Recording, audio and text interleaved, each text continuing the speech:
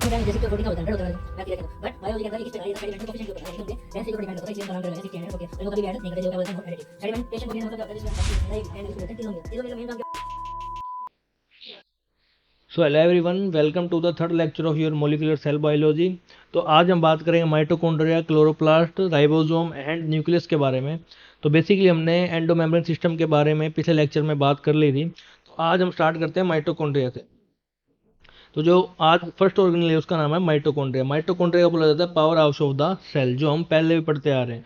क्यों? ये प्रोवाइड करता है energy in the form of ATP यानी कि एडिनोसिन ट्राइफॉस्फेट। ठीक है। तो इसकी जो डिस्कवरी थी वो सबसे पहले किसने करी थी? कोलिकर ने करी थी 1850 के अंदर। कहाँ पे? इंसेक्ट के अंदर, यानी कि उनकी जो स्ट्रेटेड मसल होती है उसके अंदर कोलिकर ने इसकी डिस्कवरी करी थी। देन इसका जो फर्स्ट नाम पड़ा था वो था बायोब्लास्ट, जो किसने दिया था? एल्टमैन ने दिया था। लेटर ऑन इसका नाम चेंज हुआ जिसको बोला गया माइटोकॉन्ड्रियन। माइटो का मतलब होता है थ्रेड और कॉन्ड्रियन का मतलब होता है ग्रैन्यूल्स। तो यानी कि माइटो का थ्रेड लाइक स्ट्रक्चर्स होती है अगर हम इसको माइक्रोस्कोप के अंदर देखें। तो ये बेसिकली जो काम किया था और नाम दिया था किसने दिया था? कार्ल बेंज ने दिया था। क्यों? ये माइक्रोस्कोप के अंदर कैसे लग रहे थे? थ्रेड लाइक स्ट्रक्चर, तो इसलिए क्या बोला गया इसको? माइटोकॉन्ड्रियन। ये इतने, इनका जो साइज होता है वो काफ़ी स्मॉल होता है, तो इसलिए इनको माइक्रोस्कोप में देखना इतना आसान नहीं होता, तो इसलिए इसको स्टेन किया जाता है। और जिस चीज़ से स्टेन किया जाता है उसका नाम होता है, एक डाई होती है जिसका नाम क्या होता है? Janus green. यानी कि जेनस ग्रीन नाम की डाई होती है, उससे इसको क्या किया जाता है? स्टेन। ठीक है। साइज कितना होता है इसका? 0.1 से लेके 1 नैनोमीटर तक, यानी कि इसका जो साइज काफ़ी छोटा होता है, इसलिए इसको क्या है? स्टेन करके ही माइक्रोस्कोप के अंदर विजिबल होता है, वरना ये विजिबल नहीं होता। थर्ड, अगर इसका नंबर है वो वेरी करता है, डिपेंड करता है उनकी हर ऑर्गेनिज्म की फिजियोलॉजिकल एक्टिविटी के ऊपर, या उनके अंदर एनर्जी की रिक्वायरमेंट कितनी है। अगर एक छोटे सेल की बात करें तो उनमें जो माइटोकॉन्ड्रिया होगा उनका नंबर नॉर्मल सी बात है कम होगा। क्यों? क्योंकि उनकी जो फिजियोलॉजिकल एक्टिविटी है वो भी क्या है? कम है। और उनके एनर्जी की रिक्वायरमेंट है वो भी क्या है? कम है। ठीक है। तो नंबर क्या करता है? वेरी करता है ऑर्गेनिज्म टू ऑर्गेनिज्म। ठीक है। नाउ हमारे पास तीन ऐसी ऑर्गेनली है जो डबल मेम्ब्रेन है। पहली तो होगी माइटोकॉन्ड्रिया, सेकंड है क्लोरोप्लास्ट एंड देन है न्यूक्लियस। तो डबल मेम्ब्रेन का मतलब क्या होता है कि इनके पास जो आउटर मेम्ब्रेन सरफेस होती है उनके पास एक स्पेशल स्ट्रक्चर प्रेजेंट होता है जिसका नाम होता है पोरेंस। जरूरी नहीं कि हर एक के पास हो, लेकिन क्या होता है ये स्मूथ नहीं होती, बेसिकली बात होती है ये। ठीक है। शेप होता है सिलेंड्रिकल। स्टेन कौन सा यूज करते हैं? जेनस ग्रीन, ताकि इसको हम क्या कर सकें? माइक्रोस्कोप के अंदर देख सकें। हमारे हार्ट की बात करें तो उसके अंदर कितने माइटोकॉन्ड्रिया प्रेजेंट है? 40% ऑफ द सेल, जो हमारे हार्ट के सेल्स है उसके अंदर क्या है? माइटोकॉन्ड्रिया। क्यों? हार्ट को क्या रेगुलर बीट होना होता है, तो उसको लगातार क्या है? एनर्जी की रिक्वायरमेंट होती है। तो यहाँ पे कितने होते हैं? 40%। जैसे कि पीछे भी हम अभी बताया था कि क्या वेरी करता है हर cell to cell, organism to organism. ठीक है। आउटर मेम्ब्रेन जो बनी होती है वो किससे? फोस्फोलिपिड के बारे में। फोस्फोलिपिड के बारे में हमने फर्स्ट लेक्चर में बात करी थी। अगर वो लेक्चर नहीं देखा तो एक बार प्लीज वो देख के आए ताकि फोस्फोलिपिड के बारे में पता लग सके। तो हर सेल के पास क्या आउटर मेम्ब्रेन होगी? आउटर मेम्ब्रेन की वजह से क्या वो किससे बनी होगी? फोस्फोलिपिड से। अब जो माइटोकॉन्ड्रिया है उसके अंदर जो आउटर मेम्ब्रेन है उसके अंदर जो परसेंटेज है लिपिड और प्रोटीन का, वो कितना है? 50-50% है। ठीक है। तो ये जो परसेंटेज है ये भी है ना, जैसे ग्राम नेगेटिव बैक्टीरिया है उसके अंदर भी क्या है? आउटर मेम्ब्रेन 50% लिपिड और 50% प्रोटीन की है। तो ये रिजेंबल करते हैं, outer membrane of mitochondria is resemble with the gram negative bacteria से। ठीक है। अब इनको बोला जाता है सेमी ऑटोनोमस ऑर्गेनली। क्यों? सेमी का मतलब होता है हाफ, और ऑटोनोमस यानी कुछ ना कुछ जनरेट कर सकते हैं। तो इनके पास खुद का डीएनए होता है और प्लस में इनके पास होता है राइबोसोम। राइबोसोम कौन सा? 70S वाला राइबोसोम होता है। तो 70S जो राइबोसोम होता है उसकी वजह से क्या कर सकते हैं? अपना प्रोटीन बना सकते हैं और डीएनए से अपना जेनेटिक मेटेरियल भी बना सकते हैं। एक बारी में जो सेलुलर रेस्पिरेशन के लिए जो एटीपी रिक्वायरमेंट होती है कितनी प्रोड्यूस करते हैं ये माइटोकॉन्ड्रिया? 28 एटीपी प्रोड्यूस करते हैं एक बारी के अंदर। ठीक है। अगर इसकी स्ट्रक्चर की बात करें तो ये इसके पास होती है डबल मेम्ब्रेन स्ट्रक्चर। कौन कौन सी है? आउटर मेम्ब्रेन और इनर मेम्ब्रेन। इनर मेम्ब्रेन क्या होती है? फोल्ड हो जाती है, जिसको हम क्या बोलते हैं? क्रिस्टे। ये जो इनर मेम्ब्रेन है यानी कि ये आउटर और देन क्या है? Inner membrane. ये डिवाइड जब होती है इनके बीच में स्पेस बन जाता है उसको बोलते हैं इंटर मेम्ब्रेन स्पेस या पेरी माइट्रोकॉन्ड्रियल स्पेस। इंटर का मतलब होता है बीच में, यानी कि आउटर और इनर के बीच में जो स्पेस बना है वो कौन सा है? Inter membrane space. देन जो इनर मेम्ब्रेन यानी क्रिस्टी के ऊपर कुछ प्रेजेंट होते हैं जिनको हम क्या बोलते हैं? एफ नोड F1 पार्टिकल्स, या इनको क्या बोल सकते हैं? ऑक्सीजोम्स बोल सकते हैं, या इनको बोल सकते हैं एलिमेंट्री पार्टिकल्स। और एक जो साइंटिस्ट जिन्होंने इसकी खोज की थी उनका नाम क्या था? फर्नांडीज एंड मोरन। तो इसके नाम पे भी क्या बोल सकते हैं इनको? पार्टिकल ऑफ फर्नांडीज एंड मोरन। ठीक है। अब इनके पास खुद का डीएनए और खुद का राइबोसोम है। 70S राइबोसोम है और क्या है? इनका सिंगल डबल सर्कुलर डीएनए होता है। ठीक है। अगर हम इस पर्टिकुलर एरिया को अगर जूम करके देखें, जैसे हमने कहा डबल मेम्ब्रेन होते हैं, तो इसकी जो मेम्ब्रेन होती है इसके पास क्या प्रेजेंट होते हैं? पोरिन। यानी कि ये खुद एक डबल मेम्ब्रेन होती है और ये भी क्या होती है? Double membrane. जैसे हमने इसको अगर जूम करके देखें तो इनके पास क्या है, प्रेजेंट होते हैं डबल मेम्ब्रेन। ये क्या करते हैं, मॉलिक्यूल को एक्सचेंज करवाने में हेल्प करते हैं, यानी कि इन से आउट, आउट से इन। यानी कि अगर O2 की रिक्वायरमेंट होगी तो इन आएगा कहाँ से, पोरिन से, और ATP बन जाएगा तो बाहर कहाँ जाएगा, पोरिन से, ठीक है। बट ये अलाउड कितना करते हैं, ये करते हैं 10,000 मोलिकुलर वेट तक का कोई भी सब्सटेंस है उसको इन एंड आउट कर सकते हैं, ठीक है। अब जो एफ नोड पार्टिकल्स है, ये मेन क्या है, ये पूरे यहाँ पे होती है कि ये पूरे मैट्रिक्स है, इसके अंदर होती है केमिकल रिएक्शन। और वो केमिकल रिएक्शन होती है किसकी वजह से, ये प्रेजेंट होते हैं एफ नोड F1 पार्टिकल जो प्रेजेंट होते हैं उसकी वजह से क्या होती है यहाँ पे, सारी रेस्पिरेटरी जो भी एंजाइम रिएक्शन है, जो इलेक्ट्रॉन चेन रिएक्शन है, रेस्पिरेटरी एंजाइम बनते हैं, वो सारे कहाँ बनते हैं, एफ नोट F1 पार्टिकल पे बनते हैं। और देन क्या है, मैट्रिक्स के अंदर ट्रांसफर कर देते हैं, और इससे मैट्रिक्स से क्या हो चल देते हैं, आउटर साइड, ठीक है। तो अगर इनर मेम्ब्रेन की बात करें तो ये हो गया क्रिस्टे। क्रिस्टे के अंदर क्या है, जो एफ नोड F1 पार्टिकल है, इनके यहाँ पे क्या प्रेजेंट होते हैं, एंजाइम्स प्रेजेंट होते हैं, जो क्या हेल्प करते हैं, ATP प्रोड्यूस करने में मदद करते हैं। अगर इसके अंदर जब माइटोकॉन्ड्रिया के अंदर ATP बन रहा होता है तो उस प्रोसेस को हम क्या बोलते हैं, ऑक्सीडेटिव फोस्फोराइलेशन, ठीक है। तो अगर ये वर्ड कहीं पे भी यूज हो रहा है ऑक्सीडेटिव वाला, तो वो बेसिकली किसकी बात कर रहा है कि माइटोकॉन्ड्रिया के अंदर क्या प्रोड्यूस हो रहा है, ATP। अब हमने बात करी कि ATP बनता है, ATP ऐसे नहीं बनता, ATP बनता है F1 के बाद। यानी कि अगर हम नॉर्मल सी बात करें तो वैसे बनता है मैट्रिक्स के अंदर, अगर थोड़ा सा और अंदर जाए तो मैट्रिक्स के अंदर क्या प्रेजेंट है, F1 F नोड पार्टिकल्स। थोड़ा सा और अंदर जाए तो ये कहाँ बन रहा होता है, F1 के पार बन रहा होता है। तो अगर पेपर में क्वेश्चन आता है तो बेसिकली कहाँ मेन इंपॉर्टेंट हेड यूनिट कौन सी है, वो है F1, ठीक है। तो अगर इसको थोड़ा जूम करें तो इसके पास क्या है, F1, ये F1 हो गया, ये क्या हो गया इसकी स्टॉक, एंड देन क्या है यहाँ पे इसकी बेस हो गया, इसको बोलते हैं F नोड, ठीक है। तो यहाँ पे ADP होगा, एडिनो डाइफॉस्फेट, एडिनोसाइन डाइफॉस्फेट के साथ एक फॉस्फेट मिलेगा और वो किस में कन्वर्ट हो जाएगा, ATP। क्यों, क्यों इसके पास F1 के पास प्रेजेंट होता है ATP सिंथेसिस, तो इसकी वजह से क्या कन्वर्ट हो जाता है, ADP ATP के अंदर कन्वर्ट हो जाता है। स्ट्रक्चर आउटर और इनर, ठीक है। आउटर में क्या प्रेजेंट है, पोरिन्स, जैसे कि हमने देखा यहाँ पे पोरिन्स प्रेजेंट है, लेकिन इनर में क्या है, क्रिस्टे, ठीक है। क्रिस्टे का मेन काम क्या होता है, ये जो सरफेस एरिया है रेस्पिरेशन के लिए या फिर एंजाइम रिएक्शन के लिए, इसको क्या कर देते हैं, इंक्रीज कर देते हैं। और एल्स अगर इसकी बात करें पोरिन्स की, तो पोरिन्स क्या करता है, इन एंड आउट मूवमेंट करवाता है कि जो भी पार्टिकल्स होते हैं, ठीक है। अब आउटर और मेम्ब्रेन के बीच में कुछ जो डिफरेंस हमने पीछे देखे वही लिखना है, जब पोरिन प्रेजेंट इसमें एब्सेंट है, इसमें क्रिस्टे एब्सेंट है, इसमें प्रेजेंट होता है। ये मोर परमिएबल, ये rest permeable, more permeable due to present of porins. इसके अंदर एंजाइम एब्सेंट होते हैं, यहाँ पे एंजाइम प्रेजेंट होते हैं। और इलेक्ट्रॉन को इलेक्ट्रॉन करियर भी बोल सकते हैं, क्यों, क्यों ये कैरी करते हैं for ETC, electron transport chain के लिए, ठीक है। इन दोनों मेन जो डिफरेंस क्या है, फोस्फोलिपिड बाइलेयर के अंदर मेन डिफरेंस है, ये 50-50 किससे बना होता है, फोस्फोलिपिड बाइलेयर से। ये इसके पास 80% प्रोटीन होता है और 20% लिपिड होता है, ठीक है। जो आउटर मेम्ब्रेन है वो किसे रिजेंबल करती है, ग्राम नेगेटिव बैक्टीरिया से। इसका रीजन क्या है कि दोनों के पास फोस्फोलिपिड है, 50-50% क्या कहते हैं, लिपिड से बनी और 50% प्रोटीन से बनी। इसके अलावा दोनों के पास क्या प्रेजेंट होते हैं, आउटर साइड में पोरिन्स। और माइटोकॉन्ड्रिया का जो डेवलपमेंट है वो किससे माना जाता है, ग्राम नेगेटिव बैक्टीरिया से। यानी कि इनका जो है माइटोकॉन्ड्रिया का जो एंसेस्टर है वो कौन है, ग्राम नेगेटिव बैक्टीरिया, ठीक है। मैट्रिक्स में अगर बात करें, अगर हम इस मैट्रिक्स की बात करें तो इसमें क्या प्रेजेंट है, डबल सर्कुलर DNA और राइबोसोम प्रेजेंट है। तो यही है मैट्रिक्स के अंदर क्या प्रेजेंट है, डबल सर्कुलर DNA और राइबोसोम, इसलिए इनको क्या बोला जाता है, सेमी ऑटोनोमस ऑर्गेनेली। देन ये जो मशीनरी जो भी एंजाइम्स इनको चाहिए रेप्लिकेशन में, ट्रांसक्रिप्शन में, ट्रांसलेशन में, वट एवर जो भी एंजाइम्स की रिक्वायरमेंट होती है वो सारी मशीनरी कौन प्रोवाइड करवाता है, यानी कि सारे इंस्ट्रूमेंट कौन देता है, माइटोकॉन्ड्रिया। यानी जो भी एंजाइम इनको रिक्वायरमेंट है वो सारे के सारे कहाँ से ट्रांसफर होंगे, वो होंगे माइटोकॉन्ड्रिया से, ठीक है। माइटोकॉन्ड्रियम क्रैब साइकिल चलती है, इलेक्ट्रॉन ट्रांसपोर्ट सिस्टम चलती है, हमने पुरानी क्लास में पढ़ा हुआ है, ठीक है। नेक्स्ट है कि इसका नंबर क्या होता है। नंबर हर एक ऑर्गेनिज्म में हमने बात करी कि फिजियोलॉजिकल और केमिकल एक्टिविटी के अकॉर्डिंग डिपेंड करता है। तो जैसे अगर हम प्रोटोजोआ ग्रेडिया की बात करें तो इसके अंदर कोई माइटोकॉन्ड्रिया नहीं होता, क्यों, इनको इतनी एनर्जी की रिक्वायरमेंट नहीं होती। चाउस चाउस की बात करें तो इसमें more than lakhs of mitochondria can be found. और हायर की बात करें जैसे ह्यूमंस है उसके किडनी में कितने हैं, लेस देन 1000। लीवर है उसमें क्या है 1000 to 2000, और स्पर्म सेल में लेस देन 100। तो ये भी ये क्या कर रहा है, डिपेंड कर रहा है कि किसकी एक्टिविटी कितनी है, जिसके अंदर ज़्यादा एक्टिविटी वहाँ पे ज़्यादा माइटोकॉन्ड्रिया क्या होते हैं, मिलते हैं। देन आगे परसेंटेज साइटोप्लाज्म में कितना है, ये कितना 25% के लगभग लगभग हमारे साइटोप्लाज्म के अंदर मिल सकता है।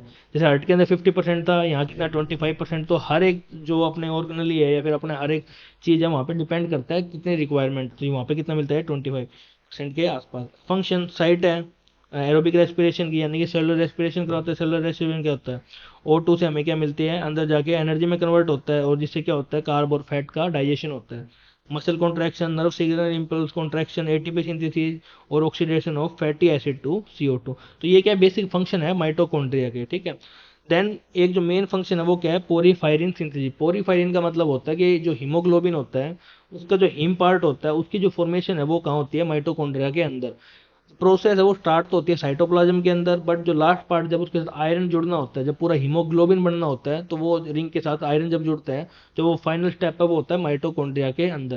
बेसिकली हीमोग्लोबिन मिलता कहाँ पे, ब्लड के अंदर, और इसके अंदर जो हीम पार्ट है इसके अंदर एक होता है साइटोक्रोम जो कि एक प्रोटीन है जो किस में हेल्प करता है, in the production of energy, ठीक है। तो यानी कि पोरीफेरिन का मतलब क्या होता है, हीमोग्लोबिन का अंदर का हीम वाला पार्ट को प्रोड्यूस करने की प्रोसेस को क्या बोलते हैं ਆਪਾਂ, पोरीफेरिन सिंथेसिस। स्टार्ट होती है साइटोप्लाज्म में, और जो फाइनल स्टेप है जिसके अंदर आयरन लग जाएगा, पोरीफायरिन रिंग है जो ये पूरी रिंग है इसके साथ जब आयरन लग जाता है तो उसको क्या बोलते हैं आप, प्रोसेस को पोरीफायरिन सिंथेसिस। ये सारा कुछ कहाँ और होता है, माइटोकॉन्ड्रिया में। नेक्स्ट ऑर्गेनेल है प्लास्टिड। बेसिकली प्लास्टिड क्या है, एनिमल सेल्स में तो नहीं मिलता, मेनली कहाँ मिलेगा, ये प्लांट सेल्स के अंदर मिलेगा। यानी कि एक जो उनकी सिग्निफिकेंस अपीयरेंस आती है जो प्लांट्स की, वो ड्यू टू द प्लास्टिड। तीन तरह के प्रेजेंट होते हैं, एक होता है leuco, chromo and chloro. Leuco होता है वाइट यानी कलरलेस, ठीक है। देन आता है क्रोमोप्लास्ट, क्रोमो क्लोरोप्लास्ट क्या होता है ग्रीन, और बाकी जो कलर रहेगा जैसे कि रेड, ऑरेंज, पिंक, ये सारा क्या होता है क्रोमो। क्रोमो का मतलब ही क्या होता है, जो कलर पिगमेंट प्रोवाइड कराता है उसको क्या बोलते हैं, क्रोमोप्लास्ट, ठीक है। डबल मेम्ब्रेन है, ये हमने बात कर ली। हायर एनिमल्स में, हायर प्लांट्स में मिल सकते हैं, डायटम्स में और डाइनोफ्लैजिलेट्स में। स्टोरेज और सिंथेसाइज का ये काम करते हैं कौन, प्लास्टिड। देन जो प्लास्टिड की ओरिजिन है वो किससे है, प्रोप्लास्टिड, यानी कि इनका एंसिस्टर कौन है, प्रोप्लास्टिड। ल्यूकोप्लास्ट क्या होता है, कलरलेस वाइट, ए ग्रैनम होता है, और ये मेनली बेसिकली काम किया होता है स्टोरेज का होता है। अगर ये फैट स्टोरेज करे तो इसको बोलते हैं एलियोप्लास्ट, अगर स्टार्च करे तो माइलोप्लास्ट, और अगर प्रोटीन करें तो उसको क्या बोलते हैं, एल्यूरोप्लास्ट। यानी कि तीन बेसिक कैटेगरी में डिवाइड कर दिया अकॉर्डिंग टू देयर स्टोरेज, ठीक है, fat, starch and protein. Next क्या है, क्रोमोप्लास्ट। इसको अंदर एक पिगमेंट प्रेजेंट होता है जिसको क्या बोलते हैं, लाइकोपिन। लाइकोपिन का मेन काम क्या होता है, जो येलो, ऑरेंज और रेड कलर प्रोवाइड करता है वो कौन प्रोवाइड करता है, लाइकोपिन। यानी कि जैसे कैरेट है वो क्या है, ऑरेंज कलर की है, वो due to the presence of lycopene. Tomato red है due to the presence of lycopene, ठीक है। जो सबसे इंपॉर्टेंट पार्ट है वो है क्लोरोप्लास्ट। अब क्लोरोप्लास्ट क्या होता है, क्लोरोप्लास्ट के पास एक पिगमेंट प्रेजेंट होता है जिसको बोलते हैं क्लोरोफिल। क्लोरोफिल क्या करता है, ट्रैप करता है सनलाइट को। अब सनलाइट को ट्रैप करने का फायदा क्या है, कि अगर सनलाइट नहीं होगी तो जो CO2 जो एनवायरनमेंट से लिया और वाटर मिलके जो आगे फूड बनना है वो नहीं हो, क्योंकि यहाँ पे क्या चाहिए होता है, क्लोरोफिल और सनलाइट की प्रेजेंस नेसेसरी होती है। अगर ये दोनों चीज़ नहीं मिलेगी तो आगे क्या नहीं बनेगा, C6H12O6, यानी कि ग्लूकोज नहीं बनेगा। और ग्लूकोज की रिक्वायरमेंट क्या कहते हैं, सनलाइट की रिक्वायरमेंट इसलिए है ताकि प्लांट क्या बना सके, अपना फूड को सिंथेसाइज कर सके, ठीक है। तो जो मेन पिगमेंट है वो क्या है, क्लोरोफिल। वो कहाँ प्रेजेंट होता है, क्लोरोप्लास्ट के अंदर, जो किस काम आता है, ट्रैप करने के सनलाइट को, ठीक है। फाउंड कहाँ का है, प्लांट में हो सकता है और एल्गी के अंदर हो सकता है, ठीक है। मेजोरिटी जो क्लोरोफिल मतलब क्लोरोप्लास्ट कहाँ मिलते हैं, मीजोफिल्स के अंदर। मीजोफिल्स क्या होता है, मीजोफिल जैसे कि ये हमारा सेल है, ठीक है। सेल के पास क्या होते हैं, कॉर्नर की साइड मीजोफिल सेल प्रेजेंट होते हैं, यानी कि cells of leaves is known as mesophyll. तो ये क्या करते हैं, ट्रैप कर लेते हैं सारे के सारे सनलाइट को, यानी क्लोरोफिल भी कहाँ मिलेगा, मीजोफिल के पास, ठीक है। नंबर हर प्लांट टू प्लांट वेरी करता है। अगर नॉर्मल स्मॉल प्लांट है तो उसको क्या कहते हैं, सनलाइट की उतनी कम रिक्वायरमेंट है, यानी उतना फूड कम चाहिए, तो नंबर वेरी करता है, सेव वेरी करता है, स्टार लाइक हो सकता है, रिबन और ओवर लाइक हो सकता है।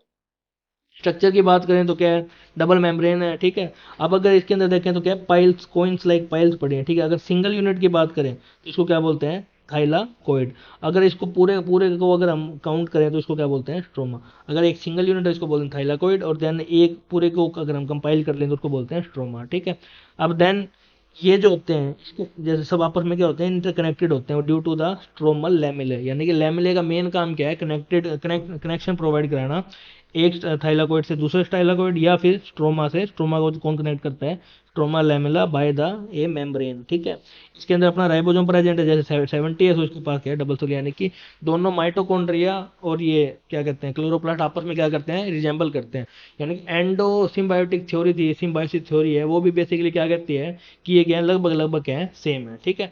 तो इसके जो मैट्रिक्स है इसको क्या बोलते हैं हम, स्ट्रोमा बोलते हैं, और इसके पास क्या आउटर और इनर मेम्ब्रेन होती है, ठीक है।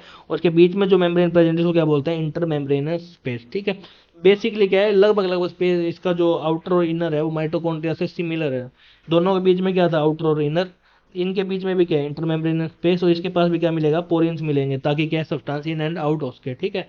प्लास्टिड क्या होता है, वैक्यूल को छोड़ दें तो सबसे बड़ा ऑर्गेनेली है किसके अंदर, प्लांट सेल्स के अंदर, ठीक है। यानी कि ये इतना बड़ा ऑर्गेनेली है कि ये किसको बीट कर सकता है, वैक्यूल को भी। वैक्यूल तो क्या है, जैसे पिछले क्या कहते हैं लेक्चर में हमने बात की थी, स्मॉल स्मॉल वैक्यूल इकट्ठे होकर बना देते हैं, वैक्यूम बना देते हैं, ठीक है। तो ये वैसे ये क्या है, एक वैक्यूल को छोड़ दें तो क्या है, प्लास्टिक सबसे प्रोमिनेंट ऑर्गेनेली है किसके अंदर, प्लांट्स के अंदर। स्ट्रक्चर की बात करें तो डबल मेम्ब्रेन स्ट्रक्चर है। आउटर में पोरेन प्रेजेंट है। इनर के अंदर क्या है, ये पैरेलल फोल्ड बना लेते हैं जिसको क्या बोलते हैं हम, लैमेले बोलते हैं। Similar structure to mitochondria. अब इनके अंदर क्या चलती है, लाइट और डार्क रिएक्शन। अब लाइट रिएक्शन कहाँ चलती है, लाइट रिएक्शन चलती है थाइलाकोइड के अंदर, ठीक है। और जो डार्क रिएक्शन चलती है वो किसके अंदर चलती है, वो चलती है स्ट्रोमा के अंदर। यानी कि बेसिकली यहाँ पे क्या चल रही होगी, डार्क, और यहाँ पे क्या चल रही होगी, लाइट रिएक्शन चल रही होगी।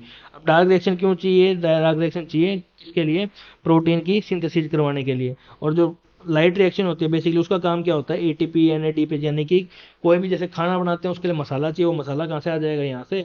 अब ये देन किस में कन्वर्ट कर देगा उसको, फूड के अंदर, यानी कि प्रोटीन बना देगा, ठीक है। थाइलाकोइड क्या, क्लोरोप्लास्ट क्लोरोफिल के अंदर प्रेजेंट है, फ्लैट स्ट्रक्चर है, और देन क्या है, सिंगल यूनिट। ग्रेना किसको बोलते हैं, अगर पूरी इनको मिला दें बहुत सारे को तो क्या बोलते हैं उसको, ग्रेना। एक के अंदर कितने प्रेजेंट हो सकते हैं, 40 to 60 ग्रेना प्रेजेंट हो सकते हैं। तो यानी कि ये किसके लिए है, लाइट रिएक्शन के लिए, और ये किसके लिए है, डार्क। लाइट में क्या बनता है, एटीपी एडीपी वट एवर, क्या जो भी हमें रिक्वायरमेंट है। अब इससे क्या मिलेगा इसको, एनर्जी, और इससे क्या बना देगा, ये फूड बना देगा। फूड यानी कि प्रोटीन की सिंथेसाइज कर देगा, या फिर ग्लूकोज या स्टार्च की फॉर्मेशन कहाँ हो रही होती है, स्ट्रोमा के अंदर। यानी कि जो मैट्रिक्स है इसके अंदर क्या हो रहा है, फूड बन रहा होता है, और यहाँ से ये क्या देते हैं, एनर्जी प्रोवाइड करवाते हैं, ठीक है। फंक्शन फोटोसिंथेसिस कराना, लाइट रिएक्शन और डार्क रिएक्शन करवाना, स्टोरेज करवाना। स्टार्च की लाइट कहाँ होती है, ग्रेना के अंदर, डार्क कहाँ होती है, स्ट्रोमा के अंदर। इसमें क्या मिलता है, एटीपी एनएडीपीएच, और इसमें क्या मिलता है, फोटो। और जैसे हमने वहाँ पे किया था ऑक्सीडेटिव फॉस्फोराइलेशन, यहाँ पे क्या होता है, फोटो फॉस्फोराइलेशन। यानी कहीं पे वर्ड आता है फोटो फॉस्फोराइलेशन, तो इसका मतलब वो क्या है, क्लोरोप्लास्ट के अंदर कोई ना कोई क्या चल रही है, रिएक्शन चल रही है, यानी कौन सी, लाइट रिएक्शन या डार्क रिएक्शन चल रही है। देन इसके अलावा इसके पास एक और जो मेन फंक्शन है वो है क्या, स्टोरेज करना स्टार्च का। बेसिकली जब ग्लूकोज बनता है तो जो प्लांट्स के अंदर किस फॉर्म में स्टोर होता है, ये स्टार्च की फॉर्म में प्लांट्स के अंदर स्टोर होता है। तो जब हम इंजेस्ट करते हैं कोई भी प्लांट फूड तो हमारी बॉडी में सबसे पहले क्या जाता है, स्टार्च जाता है। स्टार्च से इसको हम क्या ब्रेक डाउन करते हैं ग्लूकोज के अंदर, यानी कि ये कॉम्प्लेक्स, और ग्लूकोज क्या होता है, सिंपल शुगर। देन अगर नॉर्मल से बात की जाए तो माइटोकॉन्ड्रिया क्लोरोप्लास्ट को क्या बोला जाता है, सेमी ऑटोनोमस ऑर्गेनेली। क्यों, इनके पास खुद का डीएनए है, साथ में क्या है, इनके पास राइबोसोम है, जिसकी वजह से क्या है, खुद अपना खाना बना सकते हैं। जैसे राइबोसोम है, और डिवीजन भी किससे करते हैं, ये फ्यूजन से करते हैं, और प्रोटीन सिंथेसिस तो करते ही करते हैं, ठीक है। और इनकी जो ओरिजिन है जिसका नाम क्या है, इंडोसिम्बायोटिक थ्योरी। बेसिकली हमें ना इसका एक जो थ्योरी वाला पोर्शन है इसके लिए एक अलग से वीडियो बनाएंगे जिसके अंदर सारी थ्योरी के बारे में डिस्क्रिप्शन या पूरा का पूरा इंक्लूड कर देंगे। तो अब क्या है कि माइटोकॉन्ड्रिया क्लोरोप्लास्ट का जो ओरिजिन है वो किससे माना जाता है, एंडोसिम्बायोटिक थ्योरी। यानी कि क्या हुआ था कि एक यूकैरियोट्स ने प्रोकैरियोट्स को क्या कर लिया था, इनगल्फ कर लिया था। तो उसको डाइजेस्ट ना करने के बजाय उसने क्या किया, उसके साथ एक रिलेशनशिप यानी कि एंडोसिम्बायोटिक रिलेशनशिप को बना लिया। तो अब इसमें क्या हो रहा था कि दोनों को फ़ायदा हो रहा था। जैसे जो प्रोकैरियोट था वो उसको क्या दे रहा था, पहले किसको मतलब इनगल्फ किया होगा, माइटोकॉन्ड्रिया को, तो वो क्या दे रहा था उसको, एनर्जी। और जो यूकैरियोट था उसके बदले उसको क्या दे रहा था, फूड एंड शेल्टर। तो पहले तो होगी ये बात, ठीक है। सेम क्या था, अगली बार क्लोरोप्लास्ट था उसको इनगल्फ किया तो वो उसको क्या बनाने में हेल्प करवा रहा था, फूड को बनवाने में हेल्प कर रहा था। तो ऐसे क्या किया, एंडोसिम्बायोटिक थ्योरी से क्लोरोप्लास्ट और माइटोकॉन्ड्रिया का ओरिजिन होता है। अब इसका प्रूफ क्या है कि ये जो थ्योरी है वो बैक्टीरिया से मिलती जुलती है। कि माना जाता है कि जो इनकी जो सिम्बायोटिक थ्योरी है वो स्टार्ट किससे हुई थी, बैक्टीरिया से हुई थी। यानी कि जो प्रोकैरियोट्स को जिन्होंने खाया था वो क्या था, बैक्टीरिया था। तो उसके पास भी डबल सर्कुलर डीएनए, वो भी फ्यूजन से क्या करता है, डिवाइड करता है। उसके पास भी पोरिन प्रेजेंट होता है, उसके पास भी क्या है, 70S राइबोसोम होता है। तो क्या माना जाता है, माइटोकॉन्ड्रिया क्लोरोप्लास्ट है वो क्या है, बैक्टीरिया से क्या करते हैं, ओरिजिन करते हैं, उनसे सिमिलर है। नेक्स्ट है राइबोसोम। तो राइबोसोम एक ऐसी क्या कहते हैं ऑर्गेनेली है जिसके पास क्या नहीं होती, मेम्ब्रेन नहीं होती। बेसिकली इसको क्या बोला जाता है, प्रोटीन फैक्ट्री। सेकेंडली ये स्मॉलेस्ट ऑर्गेनेली है, और इसको क्या बोला जाता है, यूनिवर्सल ऑर्गेनिक। क्यों, ये प्रोकैरियोट्स और यूकैरियोट्स दोनों के अंदर मिलती है। और इसको ऑर्गेनेली विद इन ऑर्गेनेली बोला जाता है। साथ में बनता कैसे, ये बनता है राइबो न्यूक्लियो प्रोटीन से, यानी कि rRNA plus protein equal to ribosome. तो राइबोसोम के अंदर 2 यूनिट होती है, एक rRNA की और एक होती है प्रोटीन की। जो सब यूनिट होती है, एक तो क्या होती है लार्जर और एक क्या होती है स्मॉलर। यानी कि स्मॉलर प्लस लार्जर से क्या बनता है अपना राइबोसोम। सेकंड, अब ये क्या होता है कि जब ये कनेक्टेड होते हैं इस फॉर्म में, तो ये हर टाइम ऐसे कनेक्टेड नहीं होते हैं। इसको कब जब ट्रांसलेशन करवानी होती है या कोई भी और प्रोसेस जिसमें प्रोटीन की नीड पड़ती है, तब ये क्या करते हैं, दोनों आपस में आके बाइंड करते हैं। यानी कि हर टाइम आपस में बाइंड नहीं रहते हैं। जब ये बाइंड होते हैं तो इनको कौन से आयन की जरूरत पड़ती है, मैग्नीशियम आयन की जरूरत पड़ती है। मैग्नीशियम आयन की वजह से क्या होता है, जो स्मॉलर और लार्जर सब यूनिट आपस में आके कंबाइन कर जाती है, ठीक है, ड्यूरिंग द ट्रांसलेशन प्रोसेस, या फिर जब भी कोई भी प्रोटीन सिंथेसाइज की रिक्वायरमेंट होती है, तब क्या है, ये आपस में कनेक्ट होती है with the help of magnesium ion. अब क्या होता है, एक एमआरएनए होता है, जैसे कि ये क्या है, एक एमआरएनए थ्रेड लाइक स्ट्रक्चर है, उसके ऊपर आके जब राइबोसोम आगे अटैच हो जाते हैं तो बहुत सारे, तो उसको क्या बोलते हैं, पॉलीजोम या पॉलीराइबोसोम्स, ठीक है। जैसे कि जब ट्रांसलेशन होती है तब क्या होता है, एमआरएनए के साथ आगे कुछ ना कुछ राइबोसोम आगे के साथ अटैच होते हैं, स्मॉलर और लार्जर सब यूनिट है, उसको कौन से आयन की जरूरत पड़ती है, मैग्नीशियम आयन की। उस स्ट्रक्चर को क्या बोलते हैं, पॉलीराइबोसोम, ठीक है। अब ये किससे, जो एमआरएनए है ये किससे प्रोड्यूस होता है, ये प्रोड्यूस होता है न्यूक्लियोलस से, ठीक है। और इसके बाद ये नॉन है, ये न्यूक्लियस होता क्या है, जैसे कि ये न्यूक्लियस है, न्यूक्लियस के अंदर एक नेक्ड स्ट्रक्चर होता है जिसको क्या बोलते हैं, न्यूक्लियोलस, जो इन न्यूक्लियस के अंदर मिलता है। न्यूक्लियस किसके अंदर है, साइटोप्लाज्म के अंदर, और न्यूक्लियस के अंदर क्या है, न्यूक्लियोलस, जो कि क्या है, विदाउट मेम्ब्रेन। तो ये भी क्या है, नॉन मेम्ब्रेन, स्पेरिकल, और न्यूक्लियस के अंदर मिलता है। और ये क्या प्रोड्यूस करता है, राइबोसोम प्लस आरएनए की सिंथेसिस कौन करता है, न्यूक्लियोलस, यानी राइबोसोम भी बनाता है और आरएनए भी कौन बनाता है, न्यूक्लियोलस। और इसको क्या बोला जाता है, राइबोसोम को पैलेट पार्टिकल बोला जाता है। सेकेंडली ये कहाँ मिलता है, एंडोप्लाज्मिक रेक्टिकुलम के ऊपर, जो हमने पिछले लेक्चर में बात करी थी। अगर ये ईआर पे मिल रहा है तो उसको क्या बोलेंगे, रफ, और अगर नहीं मिल रहा तो उसको क्या बोलेंगे, स्मूथ। और माइटोकॉन्ड्रिया, क्लोरोप्लास्ट, इनके पास भी क्या होता है, अपना राइबोसोम होता है, ठीक है। और प्रोकैरियोट्स के अंदर ये किससे एसोसिएटेड होते हैं, प्लाज्मा मेम्ब्रेन के साथ क्या होते हैं, एसोसिएट होते हैं। तो राइबोसोम कहाँ कहाँ मिलते हैं, अगर बात करें, राइबोसोम मिलेंगे माइटोकॉन्ड्रिया में, क्लोरोप्लास्ट में, ईआर के पास, और प्रोकैरियोट्स में क्या होता है, उनके जो प्लाज्मा मेम्ब्रेन है उसके पास क्या मिलते हैं, राइबोसोम्स। राइबोसोम को क्या बोला जाता है, प्रोटीन फैक्ट्री। सेकेंडली ये क्या होते हैं, आपस में कनेक्ट कब होते हैं, जो राइबोसोम की यूनिट होती है ड्यूरिंग द ट्रांसलेशन, एंड उनको कौन से आयन की जरूरत पड़ती है, मैग्नीशियम आयन की। अब क्या है, अगर जैसे न्यूक्लियस की स्ट्रक्चर देखें तो इसके बीच में जो नेक्स्ट स्ट्रक्चर है, इससे क्या बनता है, राइबोसोम और आरएनए। यानी न्यूक्लियस का ये स्ट्रक्चर है, इसके अंदर क्या होएगा, आरएनए और राइबोसोम। आरएनए कितने टाइप के होते हैं, वैसे आरएनए 3 टाइप के, एमआरएनए, टीआरएनए और आरएनए। राइबोसोमल, ट्रांसफर और मैसेंजर आरएनए, 3 टाइप के होते हैं हमारे पास, आरएनए होते हैं। अब बात कर लेते हैं इनके टाइप्स की। एक होता है 70S और एक होता है 80S। जो 70S होता है वो मेनली किस में मिलता है, प्रोकैरियोट्स में, और ये किस में मिलता है, यूकैरियोट्स के अंदर। 30S स्मॉलर होता है और 50S क्या होता है, लार्जर होता है, ठीक है।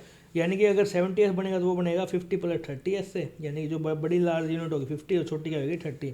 सिमिलरली इसकी होगी 60 और इसका क्या होगा 40। अब ये जो S है, S का मतलब क्या होता है, S का मतलब होता है स्वेप्ड वर्ग यूनिट।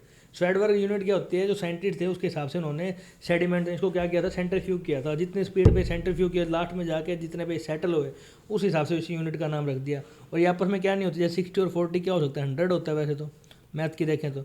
बट बायोलॉजी के अंदर ये किस पे था, ये था सेडिमेंटर कोफिशिएंट के ऊपर था, यानी कि उनके डेंसिटी के ऊपर डिपेंड करता था, इसलिए उनका नाम क्या रखा गया, 60 एंड 40। और इनको कभी भी ऐड नहीं करते, इसलिए वो क्या बोला जाता है, नॉट एडिटिव। तो सेडिमेंटेशन कोफिशिएंट का मतलब क्या होता है, जिसमें हम डेंसिटी और साइज के हिसाब से क्या करते हैं, कोई भी पार्टिकल होता है उसको क्या करते हैं, डिवाइड करते हैं। नेक्स्ट अगर स्ट्रक्चर की बात करें 70S और 80S की, तो 70S के पास कहते हैं 2 यूनिट थे, 30S और 50S। और राइबोसोम किससे बना होता है, RNA प्लस में प्रोटीन से बना होता है, ठीक है। तो जो 30S है इसके पास भी क्या होता है, एक सिंगल RNA होता है, यानी कि जो ये छोटी यूनिट है इसके पास कौन सा RNA होता है, इसके पास होता है 16S। और सिमिलरली जो बड़ी यूनिट है उसके पास क्या है, 20S और 5S RNA, यानी कि इनके पास क्या होते हैं, बड़े इसके पास हो गया 23 + 5, और जो छोटी यूनिट है उसके पास क्या होता है, सिंगल स्टैंडर्ड 16S RNA। अब आ जाओ यूकैरियोट्स में 2 यूनिट होएगी, एक स्मॉलर एक लार्जर, ठीक है। अब जब ऊपर वाली है वो क्या है 40S और नीचे वाली क्या है 60, यानी कि ये लार्जर है और ये क्या है स्मॉलर। अब इसके अंदर कौन सी RNA मिलेगा, इसमें मिलेगा 18S, इसमें कौन सा था 16, इसमें क्या मिलेगा जो एक और 20S, इसमें क्या है 23। दोनों में कॉमन क्या है 5S RNA, इसके पास 5S है, इसके पास 5S, लेकिन इसके पास जो एक एक्स्ट्रा है वो कौन सा है 5.8S RNA। तो बेसिक जो अगर पूछे कॉमन कौन सी है, तो कॉमन कौन सी है 5S RNA, दोनों के अंदर कॉमन होता है। बाकी क्या है इसके अंदर 18, 28 और 5.8, इसमें 16, 23 और 5S RNA। तो ये क्या होता है, अलग अलग RNA मिलते हैं। अब प्रोटीन कौन सा मिलता है इसके साथ, प्रोटीन मिलता है 45 प्रोटीन, यानी कि अपन क्या पढ़ा था RNA, तो RNA इसके पास कौन से हैं 18, 20S, 5.8 और 5S। इसका प्रोटीन कौन सा मिलता है 45 प्रोटीन। और ये बनते कैसे हैं, जो क्रोमोजोम होता है, क्रोमोजोम के पास एक नो रीजन, यानी न्यूक्लियस के पास क्या होता है, एक नो रीजन होता है। तो नो रीजन से क्या बनाता है वो RNA और राइबोसोम। तो इसकी जो पूरी डिटेल हम न्यूक्लियस के अंदर पढ़ेंगे, पर अपने को पता होना चाहिए कि नोर होता क्या है, नोर से क्या बनते हैं, आरएनए और राइबोसोम्स की सिंथेसिस होती है, ठीक है। ये क्या होता है, क्रोमोजोम, क्रोमोजोम के पास दो, जहाँ पे पूरा का पूरा क्या कर जाता है, कंस्ट्रिक्ट कर जाता है, उसको बोलते हैं प्राइमरी कंस्ट्रिक्शन।